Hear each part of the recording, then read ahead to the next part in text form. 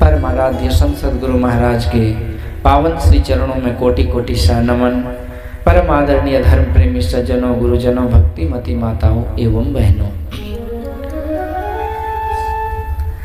सद्गुरु महाराज की असीम अनुकंपा से हम लोग इस ज्ञान यज्ञ सत्संग में भाग ले रहे हैं। अभी हम लोगों ने वेद, उपनिषद, गीता, संतवाणी, गुरुवाणी का पाठ सुना। संत कबीर साहब की वाणी को आइए हम लोग विचार करते हैं। कबीर साहब कहते हैं, साधो भाई जीवत ही करवासा, जीवत समझे जीवत बुझे, जीवत मुक्ति निवासा। तो जीते जी जो हम करते हैं वही हमको मिलता है। जैसे कोई मर जाता है और उसके नाम पर बेटा पोता, जो परिवार के लोग हैं, क्या करते हैं? भोज भात खिला पिला देते हैं लोगों को। इसके बाद पंडित जी को ला करके जो श्राद्ध संपिंडन है वो कर्म कर देते हैं और निवृत्त हो जाते हैं कि पिताजी स्वर्गवासी हो गए।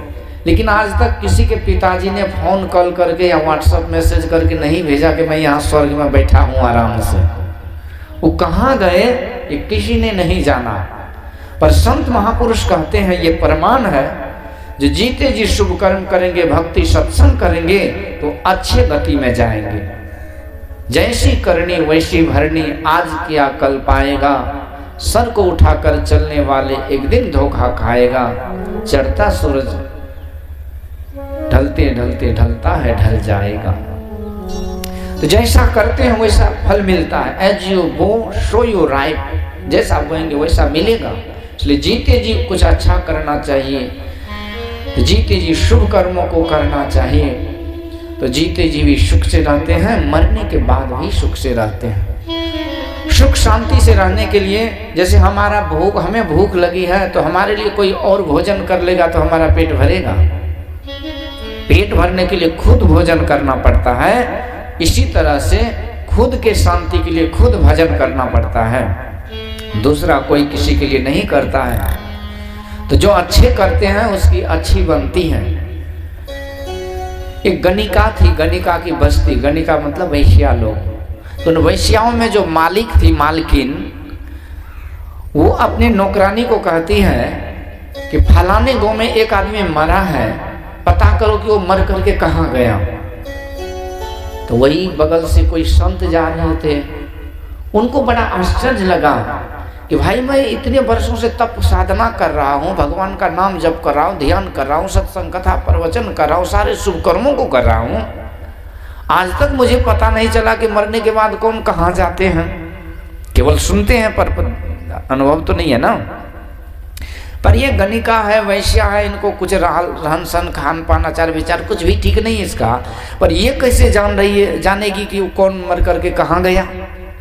तो संत आकर के पूछते हैं उस मालकिन वैश्या से, अच्छा एक बात बताओ कि तुम्हें कैसे पता कि फलाने आदमी जो मरा है वो कहाँ जाएंगे। तो गणिका कहती, देखिए महाराज, मैं उसे इस तरह जानती हूँ कि यदि वो मरा है और यदि मरने के बाद उनके नाम की प्रशंसा हो रही है, लोग उस पर आंसू बहा रहे हैं, उसकी बढ़ाई कर रहे हैं, उसका जसगान कर रहे हैं, तो निश्चित रखिए कि वो मर करके निश्चित रूप से स्वर्ग ही गया होगा। और यदि उसके नाम पर मरने के बाद भी लोग थूक फेंकता हो, गाली देता हो, निंदा करता हो उसकी, और मरने के बाद भी लोग खुशी मनाता हो कि अच्छा है कि मर गया, धरती का भार हल्का कर दिया, तो इस तरह से जो लोग बोले तो जानिए कि वो मर करके कहीं और नहीं, सीधे नरक को गया है। ये जीवन में अच्छे अच्छे कर्मों का यही परिणाम है। जो अच्छे करते हैं उसको जीवन में भी खुश होता है। सुख बांटने से सुख ही मिलता है ना। अब जो चीज वही मिलेगा, दुख बांटने से दुख मिलता है। 4 वेद 6 शास्त्र में बात मिली है दोए, सुख देवे सुख होता है, दुख देवे दुख होए। आप दुख देंगे दुख मिलेगा, सुख देंगे सुख मिलेगा।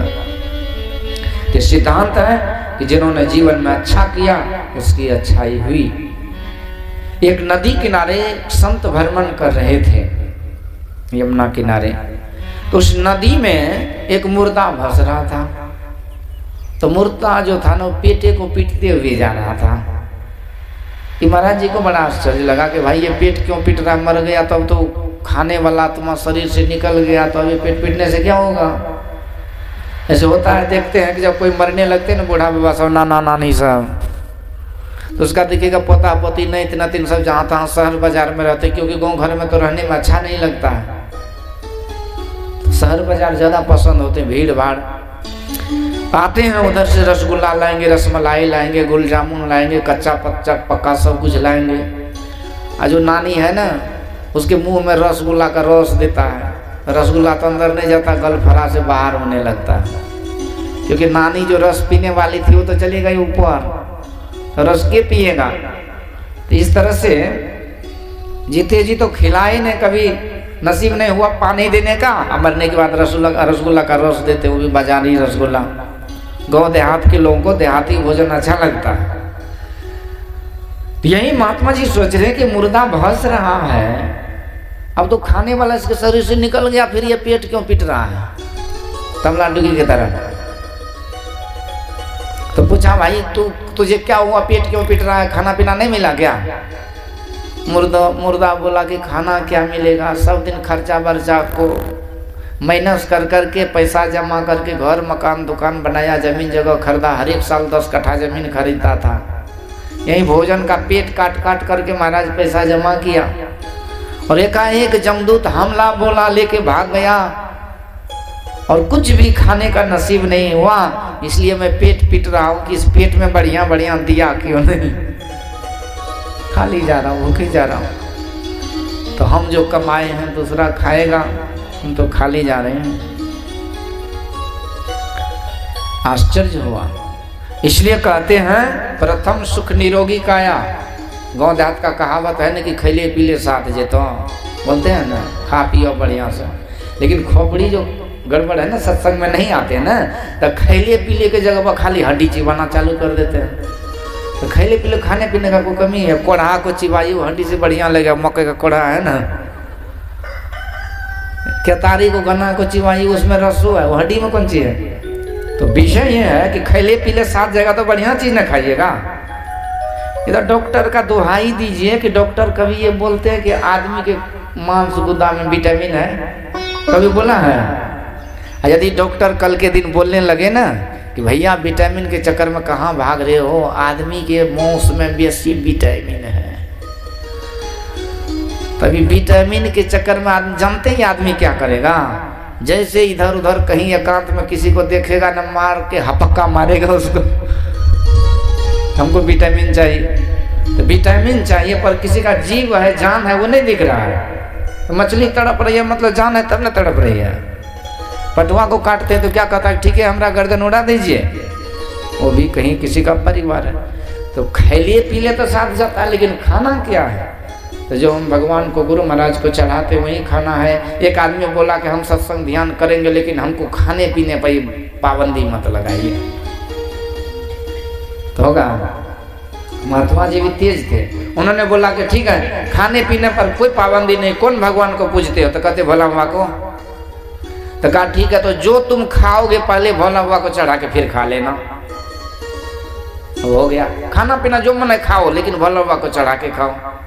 अब कभी वो माछ कोच पटिया रोही बुआरी चढ़ाएगा भोला बाबा पर? हो गया, छूट गया उसका।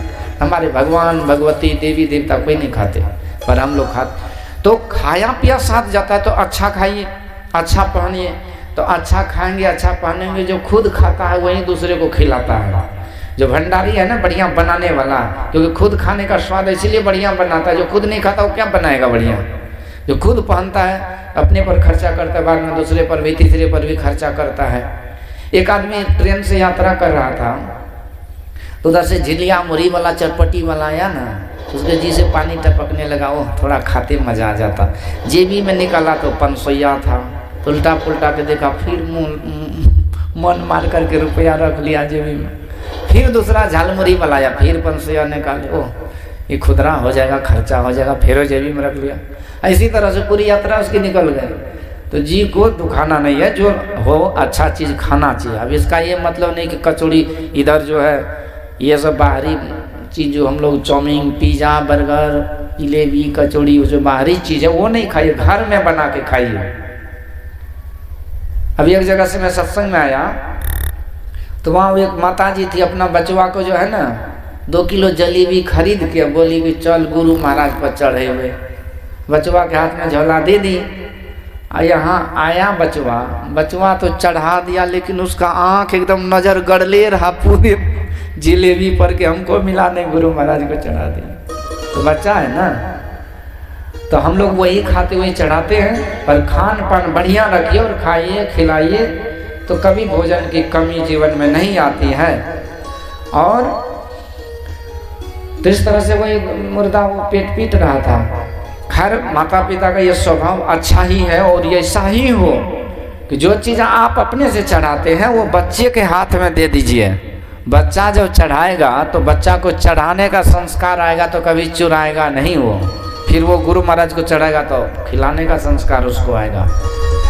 इसी तरह रुपया पैसा भी हम लोग क्या करते हैं, कितने को देखते हैं माता बहन को कि अपना बच्चा के हाथ में दे देता, गुरु महाराज को चढ़ा दो। पैसा तो माँ बाप का ही है, तो पुण्य तो माँ बाप को ही मिलता है, लेकिन बच्चा के हाथ से जब पैसा जाता है तो बच्चा को भी दान करने का संस्कार मिलता है। इस तरह से कितने को देखिएगा बचवा को ले जाएगा मंदिर में, और तेज झोंटा पकड़ के से माथा को पटक देता है सीढ़ी पर। बचवा चचियाने लगता, चोट लगता है ना, लेकिन माँ तो धुन में रहती है पूजा की, उसको क्या पता कि बचवा को चोट लगाती, इसलिए चचिया रहा है। तो अब देखिए चोट तो लगी, लेकिन वो चोट जीवन भर उसे याद रखता है। भाई मेरी माँ थी, मुझे गोद में उठा करके मंदिर ले गई, माथा पटक दी, इसका मतलब कि मंदिर में जाना चाहिए और माथा पटकना चाहिए, मतलब प्रणाम करना चाहिए। वो सब दिन भक्त बना रहेगा। गांव देहात का नुस्खा है, हम लोग नहीं जानते। चलिए, ते पेट पीटते जा रहा था, बोला मैं खा नहीं पाया, चला गया। कुछ देर के बाद दूसरा एक मुर्दा फंस रहा था, वो माथा पीट रहा था एकदम डुगडुगी की तरह। पूछा भैया तुमको क्या हुआ? तो बोला क्या बताएं महाराज, कितना लाखों लाख रुपया हम सूद ब्याज पर लगाए, चक्रवृद्धि ब्याज ले करके खूब पैसा कमाए, इकट्ठा किए, पर पता नहीं अचानक दम निकल गया। बेटा बेटी को भी बता नहीं पाए कि किसके पास कितना सूद ब्याज वाला पैसा है, तो सब तो पैसा दूसरे के पास रह गया। अब हम खाली जा रहे हैं। मैं इसलिए माथा पीट रहा हूं कि मेरी मती क्यों मारी गई, मैंने बता क्यों नहीं पाया। ये हाल है। अचानक ये जम का हमला होता है। काल अचानक मारसी ज्यों तीतर को बाज। पर आगे एक मुर्दा भसते हुए जा रहा था, पर वो मोच टेरते हुए, ताल ठोकते हुए। पूछा भैया तुम मर गया लेकिन अकड़ नहीं गई? इतना अकड़ दिखा रहे हो, मतलब जूना के तरह जल गया लेकिन टेढ़ी नहीं गई, क्यों तुम अकड़ दिखा रहा है? मुर्दा बोला देख महाराज, देखो मैंने जीवन भर पुण्य कर्म किया, दूसरों की भलाई की, दूसरों से अच्छा व्यवहार किया, बढ़िया बात विचार किया। जब भी जिसको मौका लगा मैं 2 रुपया मदद किया, किसी का कुछ लिया नहीं। सत्संग किया, भजन किया, शुभ कर्म किया, सब कुछ अच्छा ही अच्छा किया। और मन में संकल्प लेकर के मैं जीवन जिया कि मुझे अच्छे करने के लिए ही भगवान भेजे हैं। Do what is to be done and don't do what is not to be done. वह नहीं करो जो नहीं करने योग्य है, वह करो जो करने योग्य है। तो वही करते रहा मैं, जीवन भर में सुख से रहा। और जब मैं मरा तो दुनिया वाले रो रहे हैं, मेरे वियोग में आंसू बहा रहे हैं, मेरी प्रशंसा हो रही है, मेरा जस गान हो रहा है, और मुझे बड़ी संतुष्टि और तृप्ति है कि मैंने जीवन को सक्सेसफुली, सफलतापूर्वक जी के आ रहा हूं। और ये मेरा कॉन्फिडेंस, ये मेरा विश्वास, ये मुझे है, ये मुझे आश्वस्त करता है कि मैं जहां भी जाऊंगा अच्छे लोग में जाऊंगा, अच्छी गति होगी मेरी।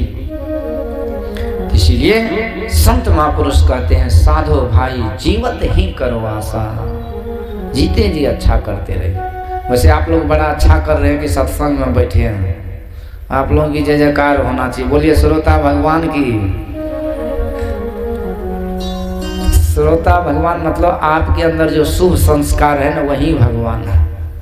इसलिए हम लोगों को तूने जो कमाया है, तूने जो कमाया है, तूने तूने जो कमाया है वो दूसरा ही खाएगा। खाली हाथ आया है और खाली हाथ जाएगा। खाली हाथ आया है और खाली हाथ जाएगा। तूने जो कमाया है, तूने जो कमाया है, ओ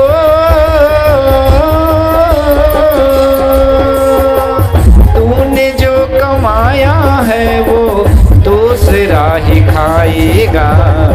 खाली हाथ आया है और खाली हाथ जाएगा। खाली हाथ आया है और खाली हाथ जाएगा।